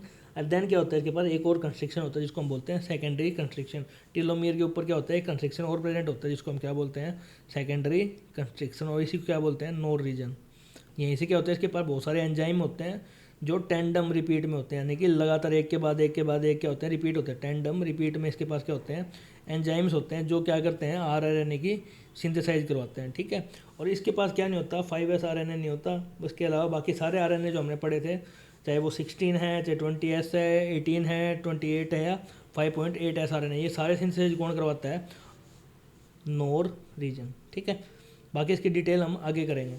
तो हमें पता होना चाहिए कि आरएनए है और राइबोसोम कौन बनाता है, नोर रीजन बनाता है। नोर रीजन के पास क्या होते हैं, बहुत सारे एंजाइम होते हैं जो क्या है, टेंडमली रिपीट होते हैं, नहीं कि एक के बाद एक के बाद एक। पर ये कौन सा आरएनए नहीं बनाता, ये नहीं बनाता 5s आरएनए, ठीक है। अब दो प्रोटीन कौन से करते हैं, एक तो करता है नॉन सीक्रेटरी और एक होता है सीक्रेटरी प्रोटीन, ठीक है। जो साइटोप्लाज्म सिंथेसाइज करता है उसको क्या बोलते हैं, नॉन, यानी कि अगर इंटर से हमने जब वो पार्ट किया था ईआर के पास गोल्गी किया था, कुछ बाहर जा रहे थे, कुछ अंदर रह रहे थे। जो अंदर रह रहे थे तो उनको, वो जो बाहर जा रहे थे उनको बोला था हमने सीक्रेटरी प्रोटीन, जो क्या चले जाएंगे आउटसाइड द प्लाज्मा मेम्ब्रेन। कुछ प्लाज्मा मेम्ब्रेन के अंदर रह जाते हैं, उनको बोला जाता है नॉन सीक्रेटरी प्रोटीन। जैसे लाइसोसोम क्या था, एक नॉन सीक्रेटरी प्रोटीन था जो किस में काम आता है, जो काम आता है अंदर के काम करने के लिए। तो ये क्या होता है, तो दो तरह के प्रोटीन बनाता है, ये एक बनाएगा क्या कहते हैं, नॉन सीक्रेटरी और सीक्रेटरी। सीक्रेटरी तो क्या होएगा, और उससे बाहर चला जाएगा, राइबोसोम जो भी है वो राइबोसोम बाहर चला गया, यानी कि ईआर के साथ कनेक्ट हो गया, गोल्गी के साथ, फिर लाइसोसोम बना के बाहर हो गया या फिर अंदर रह गया, ठीक है। नॉन सीक्रेटरी क्या होते हैं, साइटोप्लाज्म के अंदर ही रहेंगे और फ्री राइबोसोम बोलते हैं उनको। क्यों, वो साइटोप्लाज्म के अंदर जितना प्रोटीन बनाना होता है या सेल के अंदर जितने प्रोटीन की रिक्वायरमेंट होती है वो कौन बनाता है, नॉन सीक्रेटरी प्रोटीन। अब जैसे ये प्लाज्मा मेम्ब्रेन है, प्लाज्मा मेम्ब्रेन के अंदर ये न्यूक्लियस है, यहाँ से न्यूक्लियस, अब यहाँ से इसके साथ क्या लगा होएगा, इसके लगा होएगा क्या, ईआर के बाद गोल्गी एपरेटस। अब यहाँ से जो प्रोटीन बनेगा वो पहले यहाँ जाएगा, फिर यहाँ, अगर वो साइटोप्लाज्म के अंदर आ रहा है, यानी कि इसके अंदर आ रहा है, तो हो गया वो नॉन सीक्रेटरी। अगर वो प्लाज्मा मेम्ब्रेन को क्रॉस करके बाहर की साइड जा रहा है, कोई सीक्रेशन लेके जा रहा है, तो उसको क्या बोलते हैं, सीक्रेटरी प्रोटीन, ठीक है। इनको बोलते हैं अटैच राइबोसोम, इनको क्या बोलते हैं, फ्री राइबोसोम। जो साइटोप्लाज्म के अंदर रह जाए उसको क्या बोलेंगे, फ्री, बाकी वो क्या बोलते हैं, अटैच राइबोसोम। नेक्स्ट पार्ट क्या है कि आरएनए प्रोडक्शन जो हमने पढ़ ही लिया वैसे तो, नोर रीजन से होता है जिसको क्या बोलते हैं, न्यूक्लियस ऑर्गेनाइजिंग रीजन। क्रोमोसोम के ऊपर क्या है, प्राइमरी और सेकेंडरी होता है। सेकेंडरी रीजन के पास क्या होते हैं, अलग अलग प्रकार के जीन्स होते हैं जो क्या टेंडम रिपीट में होते हैं, और वो क्या बनाते हैं, आरएनए प्लस राइबोसोम बना देते हैं, ठीक है। अब अपने बुक के अंदर अगर देखें, बेसिकली क्या, माइटोकॉन्ड्रिया किसने किया था पहले, कोलिकर ने किया था, कब, 1850 के अंदर, स्टेटेड मसल के अंदर। उसको क्या नाम दिया था, माइटोकॉन्ड्रियन। माइटोकॉन्ड्रियन का मतलब क्या होता है, थ्रेड लाइक स्ट्रक्चर। किस, और उसके बाद जो टर्म थी वो किसने दी थी, बेंदा ने दी थी, जो कि क्या थी, थ्रेड लाइक अपीयरेंस थी ड्यू टू एग्जामिनर ग्रेनुल। ये तो होगी नॉर्मल सी बात, ये होगी डिस्कवरी की बात। देन क्या था, माइटोकॉन्ड्रिया क्या, power house of the cell. क्यों, वो क्या बनाता है, एटीपी। अगर गिरदियाँ के जैसे प्रोटोजोन गिरदियान की बात करें तो नो माइटोकॉन्ड्रिया, चाहो सर, ये हमने बात कर ली। लीवर के पास ये सारी हमने स्लाइड में देख ली है। अब इसके अंदर क्या होती है, डबल मेम्ब्रेन होती है प्लाज्मा मेम्ब्रेन की, ठीक है। आउटर वो स्मूथ और वाइल क्या है, अंदर की साइड के होते हैं कुछ ना कुछ फोल्ड्स होते हैं जिसको हम बोलते हैं क्रिस्टे। सिंगल को बोलेंगे क्रिस्टे और इसको बोलेंगे क्रिस्टे, ठीक है। उसके बाद क्या है, इनर मेम्ब्रेन के अंदर दो पार्ट में डिवाइड हो जाता है जिसको हम क्या बोलते हैं, इंटर मेम्ब्रेन स्पेस, और जिसके अंदर क्या होता है, कुछ फ्लूइड्स भरे होते हैं। फ्लूइड्स के अंदर आउटर हो गया। उसके बाद क्या है, इसके अंदर कुछ स्पेशलाइज प्रेजेंट होता है जिसको हम क्या बोलते हैं, पोरेन, जिसकी वजह से क्या है, जो मॉलिक्यूल है वो इंटर मेम्ब्रेन की साइड क्या सकते हैं, इन या आउट कर सकते हैं, ठीक है। ये होगी बात इंटर और आउटर की बात। देन क्या है, नेचर, मतलब कि क्रिस्टे का क्या काम है, cristae provide large surface area. और यहाँ पे क्या होती है, केमिकल रिएक्शंस होती है, किसके अंदर, जो इनर की साइड फोल्डिंग्स होती हैं उनके अंदर क्या होती हैं, केमिकल रिएक्शन, ठीक है। और जो एंजाइम्स होते हैं वहाँ पे बहुत सारी मेटाबॉलिक फंक्शन होती है। मेन काम क्या है, जैसे एनर्जी को प्रोड्यूस करवाना, पोरीफायरिन की सिंथेसिस, और एटीपी को यूज़ करना ताकि वो फैटी एसिड से किस में कन्वर्ट कर सकें, उसको O2 के अंदर या फिर सिंपल फॉर्म के अंदर फैटी एसिड को, ठीक है। उसके बाद कहते हैं कुछ प्रोटीन्स मिलते हैं, और ये सारे हमने क्या है स्लाइड के अंदर कवर कर लिया था। और 25% ऑक्यूपाई करता है साइटोप्लाज्म का, सबका अलग अलग होता है। और बनी किससे होती है, इसके अंदर जो हमारी आउटर प्लाज्मा मेम्ब्रेन है 50% लिपिड और 50% प्रोटीन है। उसमें क्या होते हैं, पोरिन्स प्रोटीन होते हैं जो कितने तक का मोलिकुलर वेट के सब्सटेंस को इन एंड आउट कर सकते हैं, वो है 10,000। आउटर माइटोकॉन्ड्रियल मेम्ब्रेन है वो किस रिजेंबल करता है, ग्राम नेगेटिव बैक्टीरिया से। क्यों? क्योंकि उनके पास भी राइबोसोम है, उनके पास भी डीएनए है, और जो स्ट्रक्चर बिल्कुल क्या है, सिमिलर है, ठीक है। पोरियंस उनके पास प्रेजेंट है, पोरियंस ही इनके पास प्रेजेंट है। द इनर मेम्ब्रेन इज अलग अलग है, उसको वही क्रिस्टे वाली बात फिर से बता दी। और एक बार में कितने बनते हैं, 28 ATP molecule during aerobic respiration. Fatty acid को किस में जनरेट कर देते हैं, CO2 से माइटोकॉन्ड्रिया के अंदर। ये सारी बातें हमने किस में कवर कर ली, स्लाइड्स के अंदर सारी बातें हमने कवर कर रखी है। सारी मशीनरी होती है इनके बाद एप्लीकेशन, ट्रांसक्रिप्शन और ट्रांसलेशन करवाने के लिए। तो बेसिकली माइटोकॉन्ड्रिया को पावर हाउस बोला। देन हमने क्या रिकॉल किया कि इसको पावर हाउस क्यों बोला जाता है, एटीपी सिंथेसाइज करता है। एटीपी सिंथेसाइज कर रहा है तो यानी कि इसके अंदर कुछ ना कुछ चल रहा होगा, रिएक्शन, केमिकल रिएक्शन। वो कहाँ चलती है, उसके मैट्रिक्स में चलती है। मैट्रिक्स के अंदर मशीनरी होती है किसके लिए, रेप्लिकेशन, ट्रांसलेशन और ट्रांसक्रिप्शन के लिए। देन हमने क्या बात करी कि अगर इसके अंदर कुछ रिएक्शन बन रही है, एटीपी कितने बनते हैं इसके अंदर, 28 एटीपी करता है ड्यूरिंग एरोबिक रेस्पिरेशन। इसके अंदर अगर एटीपी बन रहा है तो उस प्रोसेस क्या बोलते हैं, ऑक्सीडेटिव फॉस्फोराइलेशन, ठीक है। एंजाइम्स होते हैं इसके पास, आउटर और इनर मेम्ब्रेन होती है, इनर मेम्ब्रेन के बीच में स्पेस होती है, उसको क्या बोलते हैं अपन, पेरीमाइटोकॉन्ड्रियल कैविटी बोल सकते हैं या इंटर मेम्ब्रेन स्पेस बोल सकते हैं, ठीक है। और क्या क्या बता रखा है, सेलुलर रेस्पिरेशन में काम आता है। इसकी जो आउटर सरफेस है वो किससे रिजेंबल करती है, ग्राम नेगेटिव बैक्टीरिया से। 50-50 मतलब 50% प्रोटीन 50% लिपिड से इसकी आउटर लेयर बनी होती है प्लाज्मा मेम्ब्रेन वाली, ठीक है। तो ये बात होगी माइटोकॉन्ड्रिया की। देन क्या क्या, क्लोरोप्लास्ट। क्लोरोप्लास्ट क्या होता है, डबल मेम्ब्रेन स्ट्रक्चर बोली थी हमने। इसके अंदर क्या था, क्लोरोफिल था। क्लोरोफिल के साथ साथ इसमें क्या था, स्ट्रोमा थे, और क्या था, थाइलाकोइड था, ठीक है। मेन काम क्या था इसके पास, लाइकोपीन और क्रोम। ये देखो यहाँ पे जो मेन बात बता रखी है, देखो क्लोरोप्लास्ट। देन क्या है, ये डबल मेम्ब्रेन स्ट्रक्चर है, कैसे किससे रिजेंबल करती है, माइटोकॉन्ड्रिया से। इसके पास क्लोरोफिल होते हैं जो क्या करवाते हैं, फोटोसिंथेसिस। इसके अलावा फोटोसिंथेसिस कैसे होती है, वो सोलर एनर्जी को ट्रैप कर लेते हैं, CO2 को, और वाटर के साथ मिला के क्या बना देते हैं, C6H12 और O6 बना लेते हैं, ठीक है। ये तो क्लोरोप्लास्ट क्या काम आता है। अब क्लोरोप्लास्ट किसका पार्ट होता है, प्लास्टिड का पार्ट होता है। अब प्लास्टिड क्या है, अलग अलग फंक्शन होते हैं, डिपेंड करता है कि उसके अंदर कौन से प्लांट के अंदर कौन सा प्लास्टिड प्रेजेंट है, ठीक है। जैसे क्लोरोप्लास्ट की बात करें तो उसमें होता है क्लोरोफिल। क्रोमोप्लास्ट के पास क्या होता है, लाइकोपिन, जो क्या करता है, येलो, ऑरेंज और रेड कलर देता है, ठीक है। ल्यूकोप्लास्ट क्या होता है, नॉन पिगमेंट होता है। उसके पास क्या है, अगर हम स्टोरेज पे डिपेंड करें तो क्या, एक तो हो गया माइलोप्लास्ट, जो क्या होता है, स्टार्च को स्टोर करता है, ठीक है। और प्लास्टिड कहाँ से डेवलप हुआ होगा, प्रोप्लास्टिड परकर्सर, यानी कि प्रोप्लास्टिड से ये डेवलप हुआ है। आगे ये भी डबल मेम्ब्रेन है, इसके बीच में भी इंटर मेम्ब्रेन स्पेस है। और आउटर और वो क्या करते हैं, ट्रांसपोर्ट और को पोरियंस प्रेजेंट है इसके पास भी, ठीक है। अंदर की साइड क्या है, फोल्डिंग्स हो जाती है, जिसको हम क्या बोलते हैं, लेमिले बोल दिया। और उसके अंदर क्या, स्ट्रोमा हो गया। स्ट्रोमा के बाद जो जैसे क्या है, ये आपस में जो ये अरेंज हुए पड़े हैं, ये किससे हुए हैं, स्ट्रोमा। ये अंदर क्या है, ये हो गया स्ट्रोमल लेमिले, ये क्या है, स्ट्रोमा। फिर क्या है, ग्रेनम। फिर ये पूरा क्या, थाइलाकोइड, पूरा जो हमने पीछे किया था वही है सारा कुछ, ठीक है। अगर वैक्यूल को छोड़ दें तो थाइलाकोइड क्या है, सबसे largest and most characteristic organelle in plant cell. ये क्या है, मोस्ट इंपॉर्टेंट बात है। अब थाइलाकोइड क्या है, बहुत सारे सैक लाइक नेटवर्क प्रोवाइड करता है, जिसमें क्या है, बहुत सारे मैं एंजाइम रिएक्शन कौन कौन से बताई थी, डार्क और लाइट रिएक्शंस बताई थी, ठीक है। तो ये सारा का सारा काम हमने स्लाइड्स के अंदर कवर कर लिया। देन आता है राइबोसोम। राइबोसोम का मेन काम क्या है, प्रोटीन को सिंथेसाइज करना, ठीक है। इसकी एक लार्जर और स्मॉलर सब यूनिट होती है, ठीक है। ये होगी लार्जर और ये होगी स्मॉलर। दो तरह के राइबोसोम होते हैं, 70S और 80S। बनते कहाँ से हैं, न्यूक्लियर ऑर्गेनाइजिंग रीजन यानी कि नो रीजन से बनते हैं, ठीक है। ये सारी बात हमने स्लाइड के अंदर कर ली है। कुछ समझ ना आए तो एक बार वापस देख लेना। इसके बाद हम बात करते हैं न्यूक्लियस के बारे में। न्यूक्लियस क्या होता है, न्यूक्लियस को बोला जाता है ब्रेन ऑफ द सेल। और ये भी डबल मेम्ब्रेन बाउंड्री है, उसका नंबर भी क्या करता है, वेरी करता है, हर एक ऑर्गेनिज्म टू ऑर्गेनिज्म। एक अगर न्यूक्लियस प्रेजेंट है इसके अंदर तो उसको बोलते हैं यूनिन्यूक्लिएट, दो प्रेजेंट तो बाई न्यूक्लिएट, और बहुत सारे हैं तो उसको बोलते हैं मल्टी न्यूक्लिएट। और क्या होता है, मैमिलियन RBC होती है और मैच्योर CFT होता है। जब जैसे जैसे ये क्या होते हैं, ग्रोथ से मतलब मैच्योर हो जाते हैं तो वो क्या होते हैं, एब्सेंट हो जाता है। ममेलियन RBC जब नॉर्मल बाइकॉनकेव सेव होती है, पर जैसे जैसे क्या है, ग्रो करता जाता है तो इसके अंदर से क्या होता है, न्यूक्लियस हट जाता है।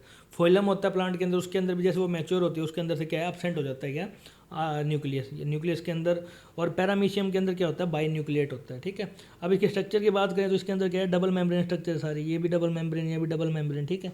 बीच में क्या होता है, इसके पोर प्रेजेंट होता है, जिसको हम क्या बोलते हैं, न्यूक्लियर पोर। ये क्या हो गया, इसका जो प्लाज्म है इसको क्या बोलेंगे, न्यूक्लियो प्लाज्म। यहाँ पे क्या प्रेजेंट होता है न्यूक्लियस के अंदर, हमने बात करी थी न्यूक्लियोलस, यानी कि एक आउटर मेम्ब्रेन एक इनर मेम्ब्रेन, और इसका जो साइटोप्लाज्म इसको क्या बोलते हैं, न्यूक्लियोप्लाज्म। अब ये जो स्पेस है जो इन दोनों के बीच में, इस जो इंटर और आउटर के बीच में बनता है, इसको क्या बोलते हैं, पेरी मतलब बीच में, और स्पेस किसका है, न्यूक्लियर का, तो इसको क्या बोला, पेरी न्यूक्लियर स्पेस। इसके अलावा इसके अंदर क्या है, थ्रेड लाइक स्ट्रक्चर, जो कि क्या है बिल्कुल स्कैटर्ड फॉर्म में पड़े हैं, उसको क्या बोलते हैं, क्रोमेटिन। क्रोमेटिन जब थोड़ा सा कंडेंस हो जाता है वो किसमें, मतलब लास्ट कंडेंस क्या बोलते हैं उसको, क्रोमोजोम। ठीक है, तो ये क्या है, क्रोमेटिन जो क्या है बिल्कुल स्कैटर्ड फॉर्म में पड़े हैं, उलझे हुए कोइल्ड स्ट्रक्चर हैं। ठीक है, और अब बीच में क्या पड़ा है इसके, न्यूक्लियोलस। अब यहाँ से क्या निकलता है, आर ई आर, ये क्या है, आर ई आर इससे अटैच होते हैं, यानी कि एंडोप्लाज्मिक रेक्टिकुलम। अब ये न्यूक्लियोलस है, ये क्या बनाएगा, राइबोसोम्स। अब राइबोसोम्स बन के उसके बाद ये कहाँ जाएगा, राइबोसोम से होता होता है यहाँ से बनेंगे प्रोटीन, और ये कहाँ जाएगा, इसके साथ अटैच होता होता वो सेम प्रोसेस कहाँ जाएगा, यहाँ से आर ई आर है, आर ई आर से गोल्गी के पास, फिर वो क्या गया, या तो इंटर या आउटसाइड, या सीक्रेटरी या नॉन सीक्रेटरी प्रोटीन बनाएगा। नेक्स्ट क्या है, मेम्ब्रेन आउटर और इनर, जो जिसको हम क्या बोलते हैं, जैसे कि ये आउटर और इनर, इन दोनों मिलके क्या बोलते हैं, न्यूक्लियर एनवलप। यानी कि आउटर और इनर, यानी कि एनवलप, यानी कि कोई ना कोई कवरिंग होती है, उसको क्या बोलते हैं, एनवलप। तो आउटर और इनर को क्या बोलते हैं हम, एनवलप। इसके अलावा इसके पास क्या, आउटर क्या होता है, रफ। ठीक है, इसके साथ क्या है, राइबोसोम प्रेजेंट होंगे, क्यों, जैसे कि यहाँ पे आर ई आर है, तो राइबोसोम जो आर ई आर होता है वो किससे अटैच होता है, आउटर मेम्ब्रेन ऑफ न्यूक्लियस। ठीक है, आउटर मेम्ब्रेन के न्यूक्लियस पे क्या प्रेजेंट होता है, आर ई आर, इसलिए ये क्या होती है, रफ सरफेस होती है। इनर क्या होती है, स्मूथ, और इसमें क्या है, राइबोसोम एब्सेंट होते हैं। अब क्या है, not continuous due to the presence of nuclear pore, ये कॉन्टिन्यूस नहीं है, क्यों, यहाँ से गया तो यहाँ पे क्या है, यहाँ पे पोर, देन सिमिलरली क्या है, यहाँ पे बहुत सारे पोर्स होते हैं, इसलिए ये क्या है, कंटिन्यूस नहीं है इसकी मेम्ब्रेन। ठीक है, बाई डायरेक्शनल ट्रांसपोर्ट में करती, कोई मटेरियल यहाँ से इन भी जा सकता है और यहाँ से कोई मटेरियल आउट, इन दोनों काम ये करवा सकता है, कौन, न्यूक्लियर पोर। अब बात करते हैं न्यूक्लियोप्लाज्म। न्यूक्लियोप्लाज्म क्या है, ट्रांसपोर्ट। न्यूक्लियोप्लाज्म है क्या, जो साइटोप्लाज्म है इसका, इसको क्या बोला हमने, न्यूक्लियोप्लाज्म। तो ये ट्रांसपोर्ट का काम करती है, सेमी फ्लूइड होती है, कोलोइडल होती है, और यहाँ पे क्या बनते हैं, mRNA सिंथेसाइज होते हैं। ठीक है, इसके अंदर क्रोमेटिन पड़ा है और न्यूक्लियोलस पड़ा है, ये हमने देख लिया। इसमें क्या पड़ा है, क्रोमेटिन और न्यूक्लियोलस। अब आ जाओ न्यूक्लियोलस क्या है, न्यूक्लियोलस हमने पहले बात करी थी, नॉन मेम्ब्रेन है। ठीक है, इसके अंदर क्या कोई मेम्ब्रेन नहीं है। सेकंड क्या है, ये न्यूक्लियोप्लाज्म के साथ है, और इसमें क्या बनते हैं, आरएनए की सिंथेसिस होती है, और इसको बोला जाता है राइबोसोम की फैक्ट्री। क्यों, ये क्या बना रहा है, राइबोसोम को बना रहा है। ठीक है, तो ये राइबोसोम की फैक्ट्री, और राइबोसोम क्या है, प्रोटीन की फैक्ट्री है। Large and more in number, ये क्या है, उस सेल में ज़्यादा होते हैं, कौन, न्यूक्लियोलस, जहाँ पे क्या है, प्रोटीन की रिक्वायरमेंट ज़्यादा होती है। ठीक है, तो न्यूक्लियस मेन काम क्या कर रहा है, राइबोसोम को बना रहा है, राइबोसोम क्या बना रहा है, प्रोटीन को बना रहा है। तो न्यूक्लियस को बोला जाता है राइबोसोम फैक्ट्री, और जो राइबोसोम उसको बोला जाता है प्रोटीन की फैक्ट्री। और क्या बना रहा होता है ये, आरएनए। कहाँ, कौन से रीजन से, नोर रीजन से क्या बन रहे होते हैं, आरएनए और राइबोसोम। नेक्स्ट है क्रोमेटिन। अब क्रोमेटिन क्या थे, क्रोमेटिन का नाम, पहली बात तो क्रोमा वर्ड आ गया, क्रोमा वर्ड यानी कि जो कलर होते हैं। ठीक है, कलर के बेस पे जो क्या बोला गया, क्रोमेटिन, यानी ये कलर्ड पार्टिकल्स हैं, कलर्ड ऑर्गेनली मान लो, कुछ भी मान लो, ये क्या है, क्रोमेटिन होते हैं। ठीक है, अब name so because of ability to get stain, क्यों, ये जिस हिसाब का स्टेन रखते हैं उस हिसाब से इनका नाम रखा गया। ये तो ये कैसा स्टेन रखते हैं, कलर्ड स्टेन रखते हैं। और कौन सा स्टेन इन पे काम करता है, फ्यूजन या फिर एसिटोकैरमाइन। तो ये ऐसे स्टेन है जो जिसको ये क्या कर लेता है, इजीली एब्जॉर्व कर लेता है। नेम किसने दिया था, फ्लेमिंग ने। और इसके अंदर क्या होता है, डीएनए होता है, आरएनए होता है, हिस्टोन और नॉन हिस्टोन प्रोटीन दोनों होते हैं। डीएनए बेसिकली क्या होता है, एसिडिक in नेचर होता है, तो उस पर क्या लिपट जाते हैं, हिस्टोन लग जाते हैं, और क्या बना लेते हैं, न्यूक्लियोसोम। तो हिस्टोन और डीएनए दोनों मिलके क्या कर लेते हैं, एक क्या कहते हैं, न्यूट्रल स्ट्रक्चर बनाते हैं, और ये क्या काम आता है, ये पैकेजिंग के। तो हिस्टोन बेसिक, ये एसिडिक, तो ये क्या एक स्टेबल स्ट्रक्चर बना लेते हैं। हमारे डीएनए साइज क्या होता है, 2.2 मीटर। ठीक है, और न्यूक्लियस का साइज क्या होता है, 10-6 मीटर के लगभग क्या होता है अपना न्यूक्लियस। अब क्रोमेटिन के पास क्या होता है, दो रीजन होते हैं, एक तो होता है यू क्रोमेटिन और एक होता है हेट्रो। इसको हमने किस बेस पे डिवाइड किया है, जो क्रोमेटिन है, जैसे कि अगर ये धागा लाइक स्ट्रक्चर, जैसे ये मान लो ये ऐसे बिखरा हुआ है। ठीक है, तो इसके ऊपर हमने क्या किया, कोई ना कोई इंक डाल दी। अब कोई रीजन होगा जो ज़्यादा एब्जॉर्व करेगा इंक को, और कोई रीजन होगा जो इंक को कम एब्जॉर्व करेगा। यानी कि जिसने ज़्यादा इंक को एब्जॉर्व किया उस रीजन को हमने क्या बोला, हेटेरोक्रोमेटिन, और जिसने इंक को कम क्या किया, एब्जॉर्व किया, उसको क्या बोला हमने, यूकैरियोटिन। तो जो ज़्यादा करेगा उसको क्या बोलेंगे, डार्क रीजन, और इसको बोलेंगे लाइट रीजन। अब ये जो रीजन है यूकैरियोटिन, इसने ज़्यादा क्या नहीं किया, मतलब कि कोई भी रस्सी है जैसे। ठीक है, अब यहाँ पे मैंने इसको क्या किया, कोयल किया हुआ है। अब जहाँ पे कोयलिंग ज़्यादा होएगी, जैसे यहाँ पे कोयलिंग ज़्यादा है, तो यहाँ पे जब इंक डलेगी तो ये रीजन क्या करेगा, उसको एब्जॉर्व ज़्यादा करेगा, यानी कि ज़्यादा डार्क अपीयर होएगा। यानी कि ये क्या डेंसली पैक है, ये दिख रहा है यहाँ से क्या डेंसली पैक है। बट इस रीजन की बात करें तो ये क्या लूजली पैक है। अब लूजली पैक है तो इसका मतलब कि यहाँ पे क्या है, कोई भी एक्टिविटी हम कर सकते हैं, यानी कहीं पे खाली स्पेस हो तो वहाँ पे तो क्या है, कोई भी गेम खेला जा सकता है, लेकिन जहाँ पे स्पेस ही नहीं है वहाँ पे कौन सा गेम खेल सकते हैं। तो इसी बेसिस पे क्या है, यूकैरियोटिन और हेट्रोक्रोमेटिन दो रीजन को डिवाइड कर रखा है। तो यूकैरियोटिन कौन सा है, लाइट रीजन, हेट्रो कौन सा है, डार्क रीजन। ये लूजली पैक होंगे, क्यों, क्योंकि इस पर कलर कैसा आ रहा है, लाइट, तो एल और एल, ठीक है, यानी लाइट रीजन और लूजली पैक। ये कैसे हैं, टाइटली पैक है। अब जो टाइटली पैक है उसके अंदर कोई भी एक्टिविटी नहीं हो सकती, क्यों, वहाँ पे जगह ही नहीं बची कोई भी एक्टिविटी होने के लिए। तो यहाँ पे ट्रांसक्रिप्शन हो जाता है, यहाँ पे ट्रांसक्रिप्शन नहीं होता। जैसे एक स्ट्रक्चर देखें तो जैसे कि ये क्रोमोजोम है, ठीक है, तो क्रोमोजोम के ऊपर क्या है, जैसे यहाँ पे डार्क रीजन दिख रहा है, यहाँ डार्क रीजन है, यहाँ डार्क रीजन हो गया, ठीक है। तो ये कौन सा रीजन हो गया, ये देखो, जहाँ जहाँ पे ज़्यादा डार्क रीजन है वो है हेट्रो, जहाँ पे लाइट रीजन है उसको क्या है, यूकैरियोट। तो यहाँ पे कोई भी क्या एक्टिविटी नहीं हो सकती, पर यहाँ पे सारी एक्टिविटी हो सकती है, क्योंकि यहाँ पे क्या है, स्पेस प्रेजेंट है। क्रोमेटिन के ऊपर जब स्टोन लग जाता है तो वो किसमें कन्वर्ट हो जाता है, धीरे धीरे क्रोमोजोम, जो हमें आगे पढ़ेंगे। क्रोमोजोम की स्ट्रक्चर देखें तो कैसी होती है कि इसकी ये क्या होता है, जैसे एक रीजन ये हो गया, एक रीजन बड़ा होता है, एक रीजन क्या होता है इसका, छोटा रीजन होता है, ठीक है। ये क्या था, क्रोमेटिड्स। तो डीएनए भी जैसे कि मान लो कि सेल साइकिल चलेगी, तो क्रोमेटिड किस में कन्वर्ट होएगा, क्रोमोजोम के अंदर, ठीक है। तो ये जो क्रोमेटिड है इस पर क्या लगना स्टार्ट हो जाएगा, स्टोन। स्टोन लगने के बाद ये किस में फॉर्म हो जाएगा, क्रोमोजोम के अंदर, ठीक है। अब क्रोमोजोम के दो आर्म होते हैं, एक होता है पी, एक होता है क्यू। तो दो आर्म हो गए, पी आर्म और एक क्यू आर्म।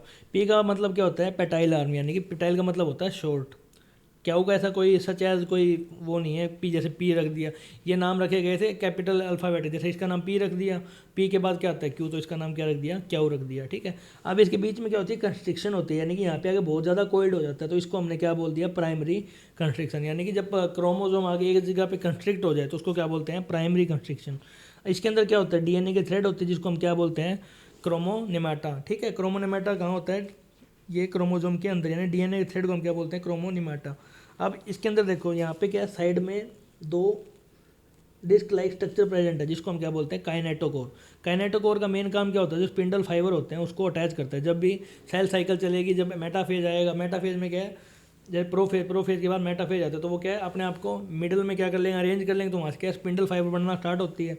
तो स्पिंडल फाइबर को अटैच करने के लिए यहाँ पे क्या प्रेजेंट होता है, काइनेटोकोर। काइनेटोकोर बनता किससे है, काइनेटोकोर बनता है सेंट्रोमियर से, ठीक है। अब ये मेन क्या डिस्क शेप और अटैचमेंट का काम करता है किसको, स्पिंडल फाइबर को। ये तो होगी नॉर्मल सी बात। अब इसके एंड पे प्रेजेंट होता है एक एंड, जिसको बोलते हैं टीलोमियर। टीलोमियर का मेन काम क्या होता है, ये एंड पे प्रेजेंट होता है, और ये क्या करता है, जो क्रोमोजोम होता है धीरे धीरे जैसे जैसे क्रोमोजोम का साइज जितनी जल्दी साइज छोटा होता जाएगा, उतनी ज़्यादा पर्सन के अंदर एजिंग आती है। एजिंग का मतलब कि अगर कोई पर्सन है ज़्यादा यंग दिख रहा है, तो यानी कि उसका जो टीलोमियर है तो वो क्या है, एक्टिव है अच्छे से। पर अगर उसके अंदर एजिंग आने लगे तो इसका मतलब क्या है, उसका जो टीलोमियर है उसका साइज़ क्या होता जा रहा है, अब छोटा होता जा रहा है। तो यानी कि टीलोमियर किससे रिलेट करता है, हमारी एजिंग प्रोसेस है। जिसके अंदर ज़्यादा टीलोमियर वो एक्टिव होता है, वो क्या है, बहुत लेट क्या होता है, मतलब जवान बना रहता है। नेक्स्ट क्या है, सेंट्रोमियर। अब सेंट्रोमियर मेन क्या है, स्पिंडल फाइबर की अटैचमेंट करवा रहा है, पोलर मूवमेंट का। सेंट्रोमियर कौन सा है, ये जो एरिया है यहाँ से सेंट्रोमियर, जहाँ पे कंस्ट्रिक्शन प्रेजेंट होती है उसको क्या बोलते हैं हम, सेंट्रोमियर। तो मेन काम क्या है इसका, स्पिंडल फाइबर काइनेटोकोर की फॉर्मेशन करा रहा है, प्रॉपर सेग्रीगेशन कराता है क्रोमोजोम की। सेग्रीगेशन का यानी कि ये क्रोमोजोम यहाँ है तो हाफ यहाँ जाए हाफ यहाँ जाए, यानी प्रॉपर सेग्रीगेशन अलग अलग करता है, और क्रोमोजोम को क्या करता है, ये स्टेबल करता है। अब मेन बात क्या है, ये तो हो गया प्राइमरी कंस्ट्रक्शन। तो कई बार क्या होता है, क्रोमोजोम जो ये लास्ट में टीलोमियर होता है, इसके ऊपर भी एक कंस्ट्रक्शन प्रेजेंट होती है, जिसको हम क्या बोलते हैं, सेकेंडरी कंस्ट्रक्शन, और इसी को क्या बोलते हैं हम, सैटेलाइट क्रोमोजोम। अगर किसी के पास सेकेंडरी कंस्ट्रक्शन प्रेजेंट है कोई भी क्रोमोजोम के पास, तो उसको हम बोलते हैं सैटेलाइट क्रोमोजोम। बेसिकली क्या बोल रहे हैं कि नॉर्मली तो होएगा प्राइमरी कंस्ट्रक्शन, इन केस किसी के पास क्या है, सेकेंडरी कंस्ट्रक्शन भी प्रेजेंट है अबाउ द टीलोमियर, तो उसको हम बोलते हैं सेट क्रोमोजोम या फिर सैटेलाइट क्रोमोजोम। और इसको क्या बोल सकते हैं, दूसरा नोर रीजन। नोर रीजन यानी कि जो क्या बना रहा है, आरआरएनए, और क्या बना सकता है वो, राइबोसोम्स, ठीक है। अब यूँ नहीं कि ये हर एक के पास प्रेजेंट होता है, इसके अपने पास 5 पेयर होते हैं ह्यूमंस के अंदर, 13, 14, 15, 21 और 20। ये ऐसे पेयर हैं जिनके पास क्या प्रेजेंट है, सेट क्रोमोजोम। तो ये तो था क्रोमोजोम के बारे में। बाकी जो बचा हुआ लेक्चर है वो हम अगली वीडियो में कवर करेंगे।